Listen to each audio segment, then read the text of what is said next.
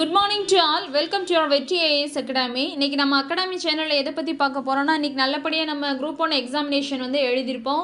Questions டஃப்பாக இருக்கா இல்லை ஈஸியாக இருக்கா அப்படிங்கிற டிஸ்கஷன் அப்புறம் பார்த்துடலாம். நம்ம அதுக்கு முன்னாடி நம்மளுக்கு மேத்ஸ் கொஸ்டினில் ஒரு 25 வினாக்கள் கேட்டிருந்தாங்க இல்லையா, அதை பற்றின ஆன்சர்ஸ் மட்டும் நம்ம பார்த்துடலாம். இதுக்கு எக்ஸ்பிளைனிங் வீடியோ நான் அடுத்த வீடியோவில் நான் உங்களுக்கு போட்டுறேன். ஓகேவா? ஃபஸ்ட் கொஸ்டின் பாருங்கள்.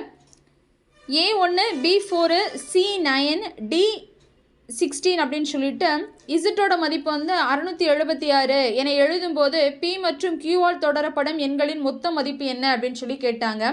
நான் இதில் பார்த்தோன்னே நம்மளுக்கு ஆப்ஷன்ஸ் தெரிஞ்சிடும், அப்படி தானே மேபி.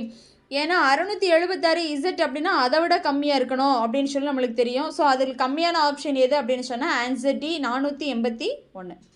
அதுக்கு அடுத்த வினா எது அப்படின்னா, கீழே 4 கனசதுரங்கள் கொடுக்கப்பட்டுள்ளது. இது நம்ம ஏற்கனவே தெரியும், டைஸ் கொஸ்டின்ஸ் எல்லாம் படிச்சுட்டே இருந்திருப்போம். இப்போ 3ஓட ஆப்போசிட் என்னென்னா 4. இந்த மாதிரி நம்மளுக்கு குரூப் 4 எக்ஸாமினேஷன்லையுமே கேட்டிருக்காங்க. ஸோ இதோட ஆன்சர் ஆப்ஷன் சி 4. அதுக்கு அடுத்த வினா, ஏபிசி ஆகியோர் பெரும் ஊதியங்களின் கூடுதல் 33,300. அவர்கள் அவரவருடைய வருமானத்தில் இருந்து முறையே 80%, 85% மற்றும் 75% செலவு செய்கின்றனர். மேலும் அவர்களுடைய சேமிப்பு 7:6:9 எனில் பியின் ஊதியம் என்ன அப்படின்னு சொல்லி கேட்டிருக்காங்க. இதுக்கு ஆன்சர் டி, ஆப்ஷன் டி 12,000 ரூபாய். இதுக்கு எக்ஸ்ப்ளனேஷன் வீடியோ உங்களுக்கு அடுத்த பார்ட்டில் வரும். அதுக்கு அடுத்தது 3:4:5 என்ற விகிதத்தில் அமைந்த 3 எண்களின் மீப்போமா 2400 எனில் அவற்றின் மீப்போவா என்ன அப்படின்னு சொல்லி கேட்டிருக்காங்க. நம்மளுக்கு ஹெச்சி அதாவது எல்சிஎம் கொடுத்துட்டு ஹெச்சிசிஎஃப் என்ன அப்படின்னு சொல்லி நம்மளுக்கு ஃபைன் பண்ண சொல்லியிருக்காங்க. இதோடைய ஆன்சர் என்ன அப்படின்னு சொன்னால் ஆப்ஷன் ஏ 40. அதுக்கு அடுத்தது ஏபியின் மீப்பெரு பொது வகுத்தி 15 மற்றும் ஏபி ஆகியவை ஈரிலக்க எண்கள் எனில் எத்தனை இணை எண்கள் காணப்படுகின்றன அப்படின்னு சொல்லி கேட்டிருக்காங்களா. அப்போ நம்ம 15 அப்படின்னு சொல்லி எடுத்துட்டோன்னா, அப்போ 15 தான் இந்த வகுப்படக்கூடியது அப்படின்னு சொல்லி பார்ப்போம் இல்லையா. 15, அப்புறம் 30, 15, 15, 45 இந்த மாதிரிலாம் பார்க்கும்போது எத்தனை ஜோடிகள் இருக்கும் அப்படின்னு சொல்லும்போது 11. அதுக்கு ஆப்ஷன் அதற்கு அடுத்தது இது சிம்பிளிஃபிகேஷனில் கொஞ்சம் நம்மளுக்கு என்ன செஞ்சுருக்காங்கன்னா கொஞ்சம் ட்ரிக்கியாக கொடுத்துருக்காங்க. ஸோ இதோட ஆன்சர் ஆன்சர் சி 1 7/16. அதற்கு அடுத்த வினா, ஒரு கூட்டுத்தொடரில் T7 - T4 = 20 எனில் பின்வருவனவற்றில் எது தவறானது. இதில் தவறு எது அப்படின்னு சொல்லி தான் நம்மளை கண்டுபிடிக்க சொல்லியிருக்காங்க. ஆப்ஷன் டி 5வது உறுப்பிற்கும் 30வது உறுப்பிற்கும் கூட்டு சராசரி 17வது உறுப்பு அப்படின்னு சொல்லக்கூடியது. 116.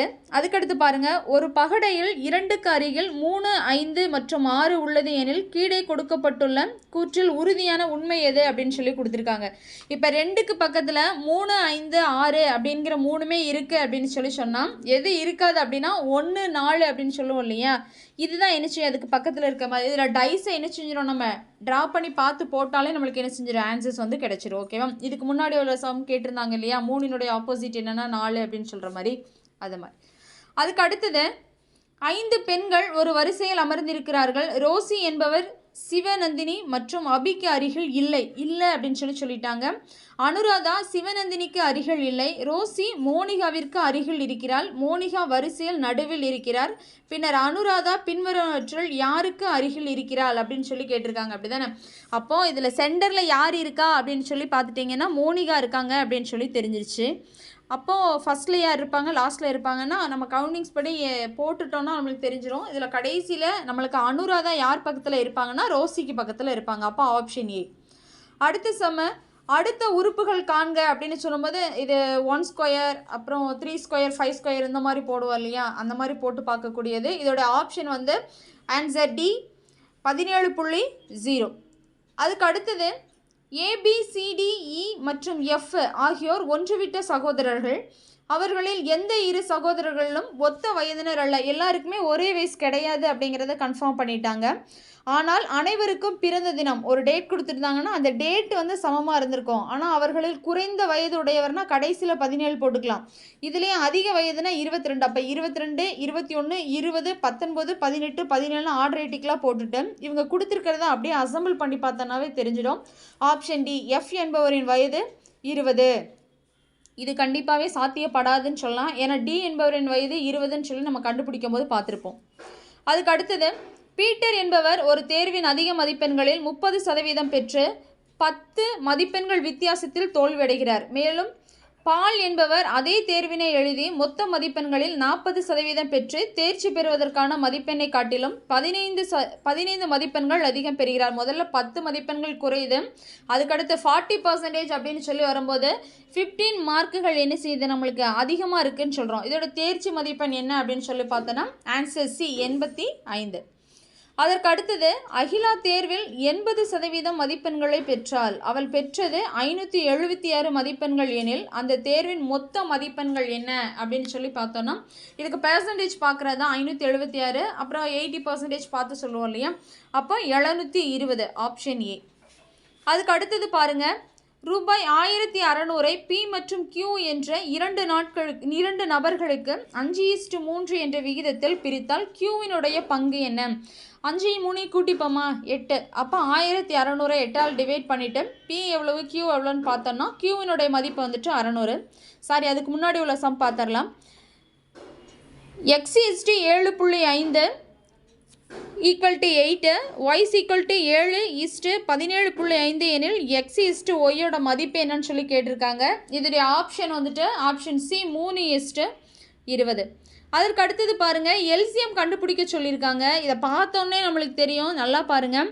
இதுக்கு எல்சிஎம் பார்க்குறா இருந்தால் ஃபஸ்ட்டு x³ வரணும். நீங்கள் அதை காத்திருந்தீங்க அப்படின்னு சொன்னாலே ஆன்சர் கரெக்டாக தெரிஞ்சிருக்கும். ஆப்ஷன் பி 2³ x², இந்த ஆன்சர் வரும். ஓகேவா? அதற்கு அடுத்தது ஆரம் 3.5 சென்டிமீட்டர் உடைய 3 வட்டங்கள் எடுக்கப்பட்டு அவற்றில் ஒவ்வொரு வட்டமும் மற்ற 2 வட்டங்களை தொடுமாறு அமைகிறது எனில் அவ்வட்டங்களுக்கு இடைப்பட்ட பகுதியின் பரப்பளவு என்ன அப்படின்னு சொல்லி கேட்குறாங்க. இதோட ஆன்சர் ஆப்ஷன் ஏ 1.967 சென்டிமீட்டர் ஸ்கொயரில் வரணும். அதற்கு அடுத்தது 3 ஆண்டுகளுக்கு கணக்கிட்டால் தனி வட்டிக்கும் கூட்டு வட்டிக்கும் இடையே உள்ள வித்தியாசம் 183ஆக 5% ஆண்டு வட்டி வீதத்தில் கிடைத்தால் அசலினுடைய மதிப்பு என்ன அப்படின்னு சொல்லி கேட்டிருக்காங்க. இது நம்ம ஆப்ஷன்ல இருந்து எடுத்து செஞ்சு பார்க்குறது பெட்டராக இருக்கும். ஓகேவா? ஸோ இதோட ஆப்ஷன் என்ன அப்படின்னு சொன்னால் ஆப்ஷன் சி 24,000. அதற்கு அடுத்தது ரமேஷ் ரூபாய் 15,600 வைப்பு தொகையாக 10% தனிவட்டி வீதத்தில் முதலீடு என்ன செய்கிறாங்க. ஒவ்வொரு 2 ஆண்டின் முடிவிலும் அவர் வட்டி தொகையை அசலுடன் இணைக்கிறார். அப்போ ஃபஸ்ட்டு நம்ம என்ன பண்ணோன்னா 2 வருஷத்துக்கு நம்ம கண்டுபிடிச்சதை என்ன பண்ணோன்னா அந்த 15,600 கூட ஆட் பண்ணுவோம். அதற்கு அடுத்து என்ன செய்யணும்னா ஒரு 2 இயர்ஸ்க்கு கண்டுபிடிப்போம். ஸோ அதனுடைய வட்டி தொகை நம்ம ஆட் பண்ணோன்னா 3,744 ஆப்ஷன் சி.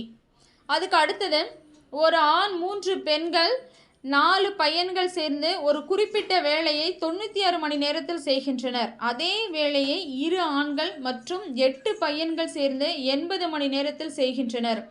பின்பு 2 ஆண்கள் மற்றும் 3 பெண்கள்.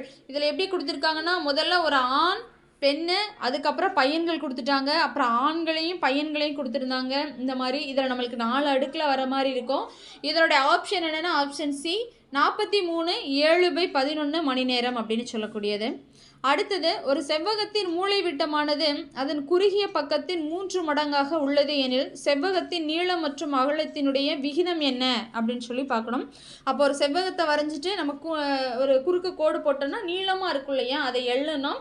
அகலம் குறுகி இருக்கக்கூடியது என்ன சொல்லுவோம் நம்ம பின்னு சொல்லி வச்சுட்டு அதை வச்சு பார்க்கணும். நம்ம அந்த L² B² அப்படின்னு சொல்லி பார்ப்போம் இல்லையா, அந்த ஃபார்மேட்டில் பார்க்கணும். இதுக்கு ஆப்ஷன் வந்துட்டு ஆப்ஷன் டி 2√2:1 அப்படின்னு சொல்லக்கூடியது. அடுத்தது மேரி என்பவரின் தற்போதைய வயது 16. அவள் தனது தம்பியின் வயதை விட 4 மடங்கு பெரியவள் எனில் அவள் தனது தம்பியின் வயதை விட 2 மடங்கு பெரியவளாக இருக்கும் பொழுது மேரியினுடைய வயது என்னன்னா ஆப்ஷன் பி 24. அதுக்கடுத்து இது ரீசனிங் கொஸ்டின் அப்படி தானே.